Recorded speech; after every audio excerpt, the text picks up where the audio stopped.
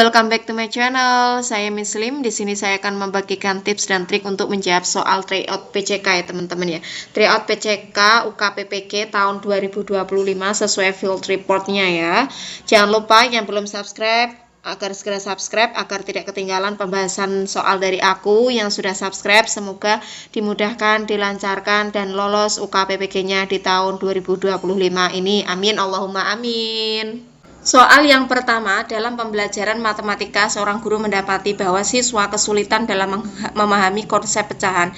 Untuk mengatasi hal ini, strategi pembelajaran yang tepat adalah A. Menyuruh siswa membaca teori pecahan, B. Memberikan soal-soal latihan pecahan, C. Menggunakan benda konkret, misal seperti pizza untuk menggambarkan pecahan, D. Menggunakan rumus matematika yang sulit. Jadi di sini itu masalahnya kan siswa itu memahami konsep pecahan ya teman-teman. Apa yang harus dilakukan ya? Kan siswa di sini itu kesulitan ya, bahwa seorang guru kan mendapati bahwa ada siswa yang kesulitan dalam memahami konsep pecahan. Nah, seperti itu ya teman-teman ya. Untuk mengatasi hal ini, apa yang harus dilakukan oleh guru? Untuk opsi yang A, menyuruh siswa membaca teori pecahan. Nah, untuk teori pecahan ini tidak ya teman-teman ya. Karena apa? Karena kan ini bukan cara strategi pembelajaran yang tepat ya.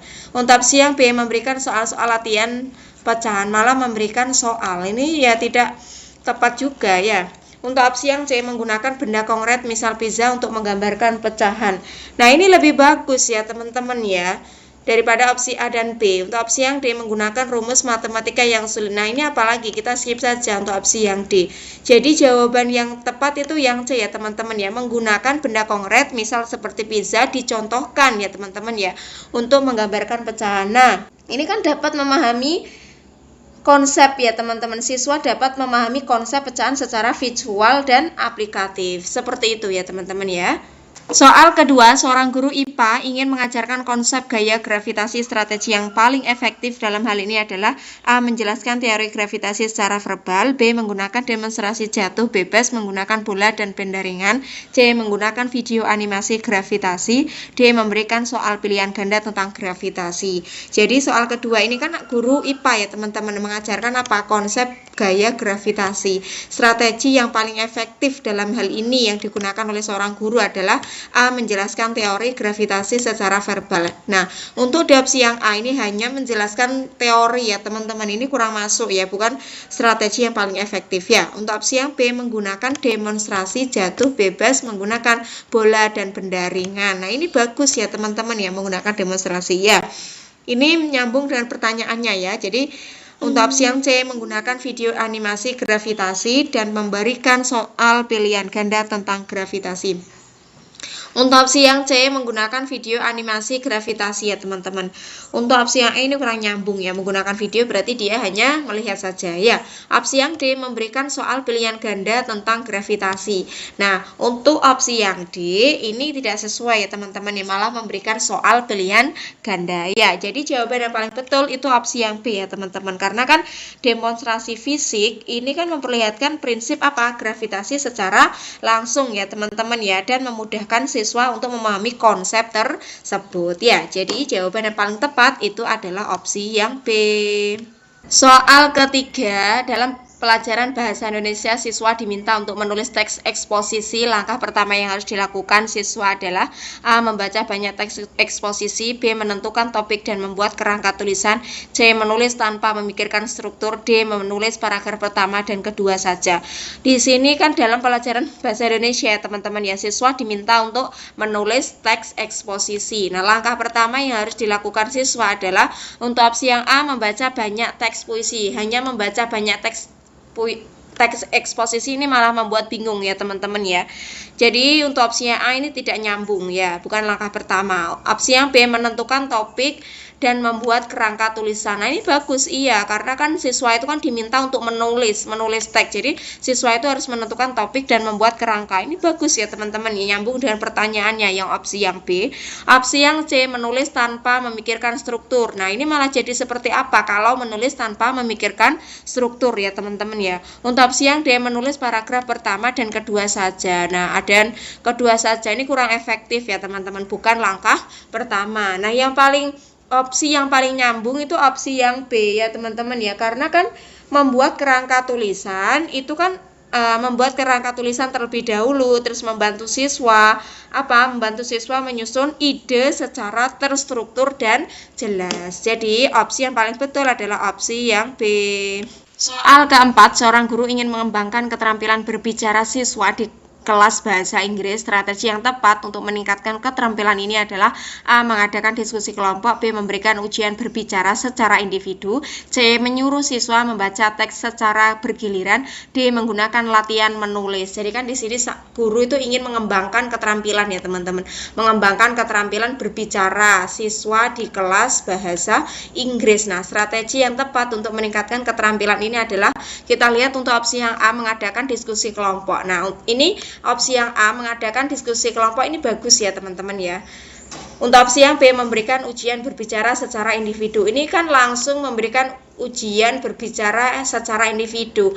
Ini strategi yang tidak tepat ya teman-teman ya. Untuk opsi yang C, menyuruh siswa membaca teks secara bergiliran, langsung tiba-tiba menyuruh siswa membaca teks secara bergiliran, kurang tepat ya teman-teman. Untuk opsi yang D, menggunakan latihan menulis. Nah, ini malah menggunakan latihan menulis tidak sesuai dengan pertanyaannya. Nah, dari jawaban A, B, C, dan D, yang paling nyambung adalah opsi yang A ya teman-teman ya. Karena kan di sini diskusi kelompok itu kan memberikan kesempatan bagi siswa untuk berlatih berbicara secara alami dalam suasana yang lebih santai ya. Jadi jawabannya paling tepat adalah opsi yang A.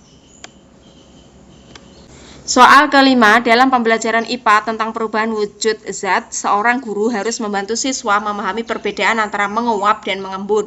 Strategi yang paling tepat adalah A. Memberikan definisi kedua proses secara tertulis, B. Menyediakan contoh-contoh kehidupan nyata dari kedua proses tersebut, B. C. Menggunakan rumus untuk menjelaskan perubahan wujud, D. Memberikan soal pilihan ganda yang membedakan kedua proses. Jadi kan di sini masalahnya itu kan dalam pembelajaran IPA ya teman-teman ya. Guru juga harus membantu siswa memahami perbedaan antara menguap dan mengembun ya teman-teman ya. Jadi strategi apa yang paling tepat? Kita lihat di sini untuk opsi yang A, memberikan definisi kedua proses secara tertulis. Hanya memberikan definisi secara tertulis ini kurang tepat ya teman-teman, bukan strategi yang tepat ya. Untuk opsi yang B, menyediakan contoh-contoh kehidupan nyata dari kedua proses tersebut. Nah, untuk opsi yang B ini lebih bagus ya teman-teman ya daripada opsi yang A. Kan guru juga harus menyediakan contoh-contoh, itu strategi yang paling tepat agar siswa dapat memahami. Nah, untuk opsi yang C, menggunakan rumus untuk menjelaskan perubahan wujud. Menggunakan rumus ini juga tambah bingung ya teman-teman ya. Untuk opsi yang D, memberikan soal pilihan ganda membedakan kedua proses. Nah, kan di sini ada soal pilihan ganda, langsung memberikan soal pilihan ganda, ini kurang tepat sekali, bukan strategi yang tepat ya teman-teman ya. Nah, jadi opsi A, B, C, dan D, opsi yang paling betul itu opsi yang B ya teman-teman ya. Karena kan itu kan contoh kehidupan manusia nyata, membantu siswa mengaitkan teori dengan pengalaman sehari-hari ya, memudahkan pemahaman konsep, seperti itu ya teman-teman ya. Jadi opsi yang paling betul adalah opsi yang B. Soal ke-6, dalam mata pelajaran seni musik, guru ingin mengajarkan konsep ritme kepada siswa. Strategi yang paling tepat adalah A. Menjelaskan teori ritme secara mendalam, B. Memutar musik dan meminta siswa menebak ritme, C. Menggunakan alat musik untuk mempraktekkan ritme, D. Memberikan soal pilihan ganda tentang ritme. Jadi di sini kan dalam pembelajaran seni musik ya teman-teman, guru ingin mengajarkan konsep ritme kepada siswa. Nah, strategi apa yang paling tepat? Kita lihat di sini dengan opsi yang A, menjelaskan teori ritme secara mendalam. Untuk opsi yang A juga kurang tepat ya teman-teman kan, karena di sini menjelaskan teori saja ya teman-teman ya. Ini bukan strategi yang tepat ya. Untuk opsi yang B, memutar musik dan meminta siswa menebak ritme. Nah, untuk opsi yang B ini lebih sedikit nyambung daripada opsi yang A ya teman-teman ya. Nah, tapi masih kurang tepat ya. Opsi yang C, menggunakan alat musik untuk mempraktekkan ritme. Nah, ini bagus ya teman-teman ya. Kan itu termasuk strategi yang paling tepat dalam mengajarkan konsep ritme ya. Menggunakan alat musik, nah terus mempraktekannya seperti itu ya. Untuk opsi yang D, memberikan soal pilihan ganda tentang ritme, malah memberikan soal pilihan ganda ya teman-teman ya, kurang tepat ya. Untuk opsi yang D, jawaban yang paling tepat adalah opsi yang C ya teman-teman. Karena kan menggunakan alat musik memungkinkan siswa untuk berlatih dan mengalami ritme secara langsung. Jadi jawaban yang paling tepat adalah opsi yang C. Soal ke-7, dalam pembelajaran IPA tentang sistem pencernaan, siswa kesulitan memahami fungsi organ pencernaan. Ya, langkah pembelajaran yang paling tepat adalah A. Menggunakan model atau gambar sistem pencernaan. B. Memberikan teks panjang yang menjelaskan proses pencernaan. C. Menjelaskan dengan diagram rumit. D. Memberikan soal-soal tentang sistem pencernaan. Nah, soal ke-7 di sini kan pembelajaran IPA ya teman-teman ya, tentang sistem pencernaan ya. Siswa kan mengalami kesulitan dalam memahami fungsi organ pencernaan ya. Jadi langkah pembelajaran apa yang paling tepat? Kita lihat untuk opsi yang A, menggunakan model atau gambar sistem pencernaan. Nah, untuk opsi yang A ini bagus ya teman-teman ya.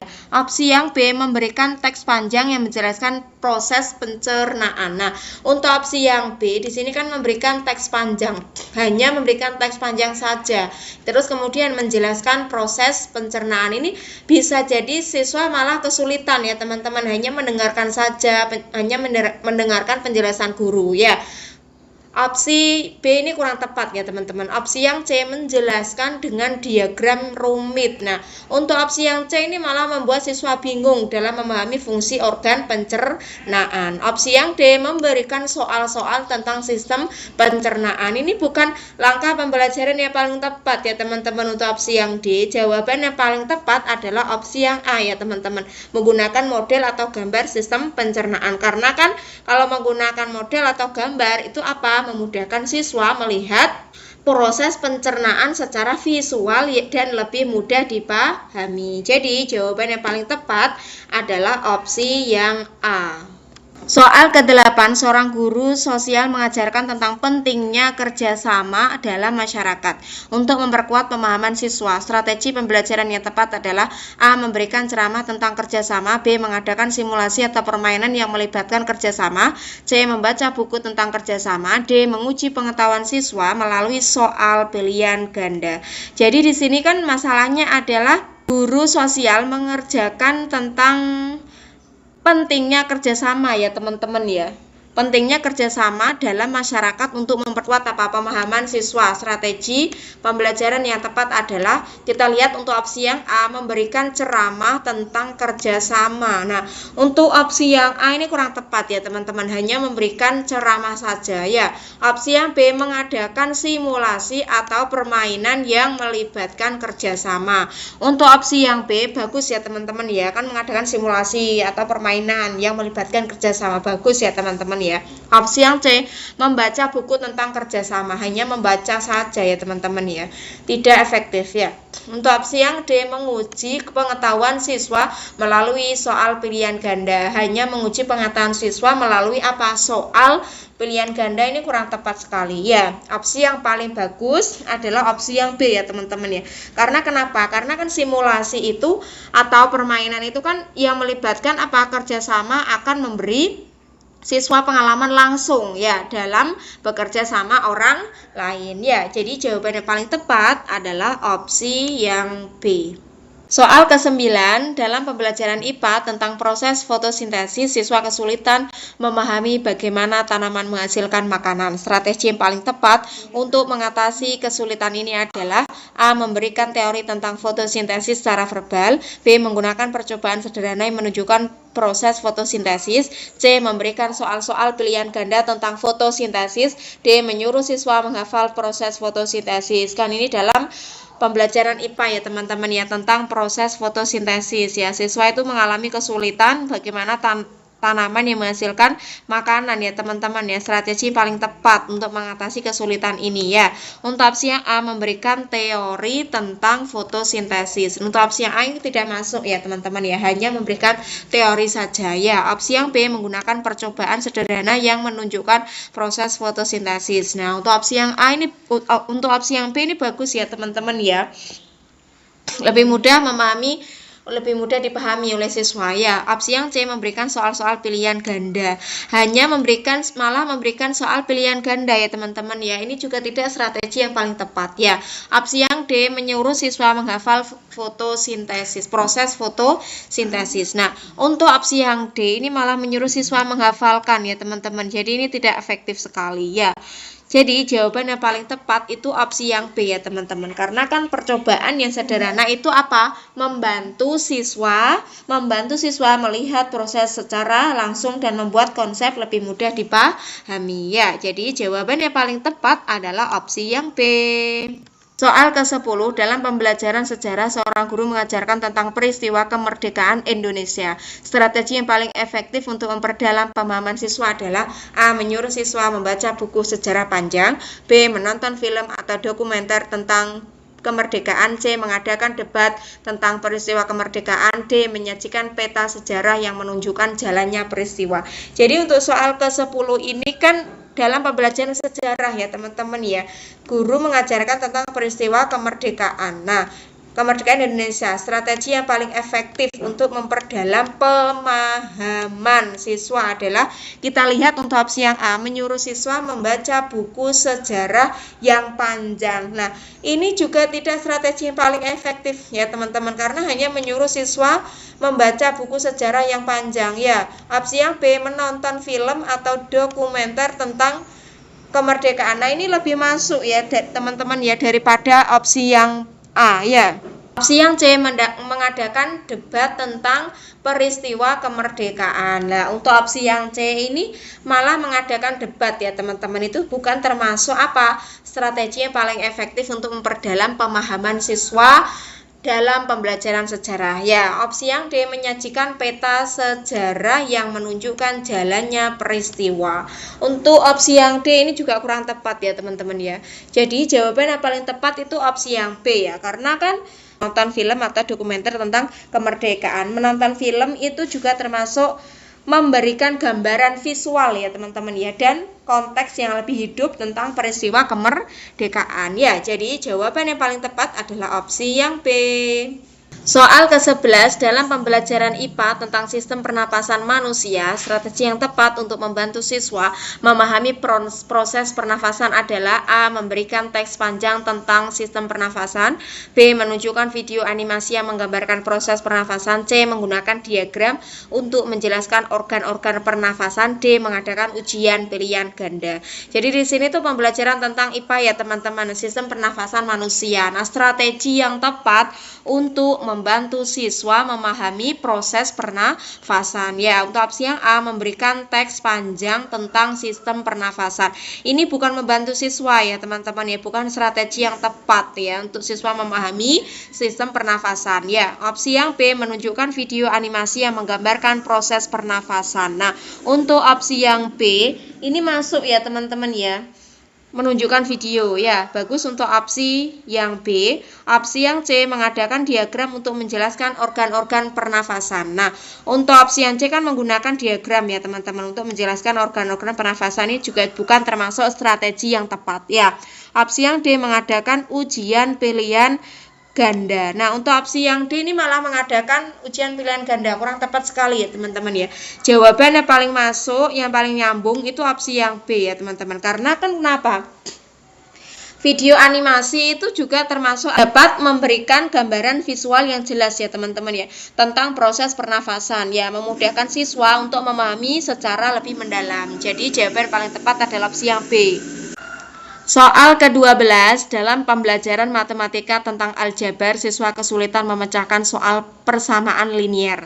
Langkah pembelajaran yang paling efektif adalah A. Memberikan rumus aljabar menyeluruh, siswa menghafalnya. B. Menggunakan manipulatif atau alat bantu untuk menunjukkan cara menyelesaikan persamaan. C. Memberikan soal pilihan ganda tentang aljabar. D. Mengajarkan teori aljabar tanpa praktik. Nah, untuk opsi yang A, memberikan rumus aljabar dan menyuruh siswa menghafalnya.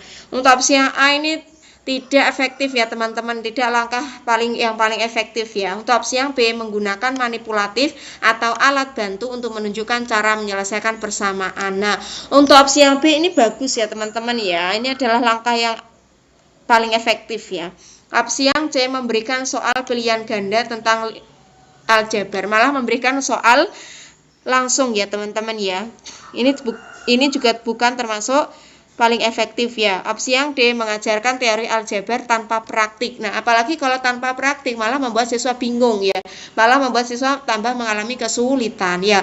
Opsi yang paling nyambung ini opsi yang B ya teman-teman ya. Karena kenapa? Penggunaan alat bantu seperti manipulatif itu kan dapat membantu siswa memahami konsep aljabar secara praktis dan lebih mudah. Ya, jadi jawaban yang paling tepat adalah opsi yang B. Soal ke-13, seorang guru ingin mengajarkan konsep ekosistem kepada siswa kelas 7. Strategi pembelajaran yang efektif untuk topik ini adalah A. Memberikan ceramah panjang tentang ekosistem, B. Menggunakan diagram yang menggambarkan hubungan dalam ekosistem, C. Memberikan soal pilihan ganda tentang ekosistem, D. Menyuruh siswa menghafal definisi ekosistem. Nah, di soal ke-13 ini kan guru mengajarkan konsep ekosistem pada kelas 7 ya teman-teman. Strategi paling efektif ya untuk opsinya A. Memberikan ceramah panjang tentang ekosistem. Malah memberikan ceramah ini tidak efektif ya teman-teman untuk opsi yang A. Opsi yang B menggunakan diagram yang menggambarkan hubungan dalam ekosistem. Nah, untuk opsi yang B ini bagus ya teman-teman ya, menggunakan diagram yang menggambarkan hubungan dalam ekosistem. Opsi yang C memberikan soal pilihan ganda saja, hanya memberikan pilihan soal pilihan ganda saja, ini tidak efektif ya teman-teman ya. Opsi yang D menyuruh siswa menghafal, apalagi menghafal ya teman-teman ya. Jadi jawaban yang paling tepat itu opsi yang B ya teman-teman ya, karena kan diagram yang menggambarkan hubungan dengan ekosistem, dalam ekosistem itu membantu siswa memahami interaksi antar komponen ekosistem secara lebih jelas ya. Jadi jawaban yang paling tepat adalah opsi yang B. Soal ke-14, dalam pelajaran sejarah, siswa diminta untuk mempelajari peristiwa proklamasi kemerdekaan Indonesia. Agar siswa lebih memahami makna dari peristiwa tersebut, guru dapat menggunakan metode A. Menyuruh siswa membaca buku teks sejarah, B. Menonton film atau dokumenter tentang proklamasi kemerdekaan, C. Memberikan soal pilihan ganda tentang sejarah, D. Mengadakan debat mengenai proklamasi kemerdekaan. Soal ke-14 ini siswa kan diminta untuk mempelajari peristiwa proklamasi kemerdekaan Indonesia ya teman-teman ya, agar siswa lebih memahami makna dari peristiwa tersebut. Nah, guru dapat menggunakan metode yang seperti apa ya teman-teman ya. Kita lihat untuk opsi yang A. Opsi yang A di sini kan hanya menyuruh siswa membaca buku teks saja ya teman-teman, kurang tepat ya. Opsi yang B, menonton film atau dokumenter tentang proklamasi kemerdekaan. Nah, ini bagus ya teman-teman ya. Opsi yang C memberikan soal pilihan ganda, apalagi memberikan pilihan soal pilihan ganda ya teman-teman ya. Jadi kita skip juga opsi yang C. Opsi yang D mengadakan debat mengenai proklamasi kemerdekaan, apalagi mengadakan debat. Jawaban yang paling tepat di sini opsi yang B ya teman-teman ya. Karena menonton film atau dokumenter itu memberikan gambaran visual hidup dan mendalam ya untuk mengenai peristiwa sejarah, sehingga siswa itu lebih mudah memahami makna peristiwa tersebut ya. Jadi jawaban yang paling tepat adalah opsi yang B. Soal ke-15, dalam pembelajaran geografi, seorang guru mengajarkan tentang peta dan cara membaca peta. Langkah pertama yang harus dilakukan siswa adalah A. Menghafal jenis-jenis peta, B. Mempelajari simbol-simbol peta, C. Menggambarkan peta secara manual, D. Menyusun soal tentang peta. Jadi di sini dalam pembelajaran geografi ya teman-teman, guru mengajarkan tentang peta dan cara membaca peta. Langkah pertama apa yang harus dilakukan oleh siswa ya teman-teman. Opsi yang A, menghafal jenis-jenis peta. Ini tidak nyambung ya teman-teman, menghafal ya. Ini bukan langkah pertama, malah menghafal jenis-jenis peta. Opsi yang B, mempelajari simbol-simbol peta. Nah, untuk opsi yang B lebih nyambung daripada opsi yang A. Opsi yang C, menggambar peta secara manual, malah langsung menggambar. Itu bukan langkah pertama ya. Opsi yang D, menyusun soal tentang peta, malah menyusun soal ya teman-teman. Kita skip saja untuk opsi yang D. Jawaban yang paling tepat itu opsi yang B ya teman-teman ya. Karena kenapa? Kan mempelajari simbol peta adalah langkah awal. Nah, langkah utama, langkah pertama yang penting untuk memahami bagaimana peta menggambarkan informasi geografis ya. Sampai di sini dulu ya teman-teman ya. Thank you for watching.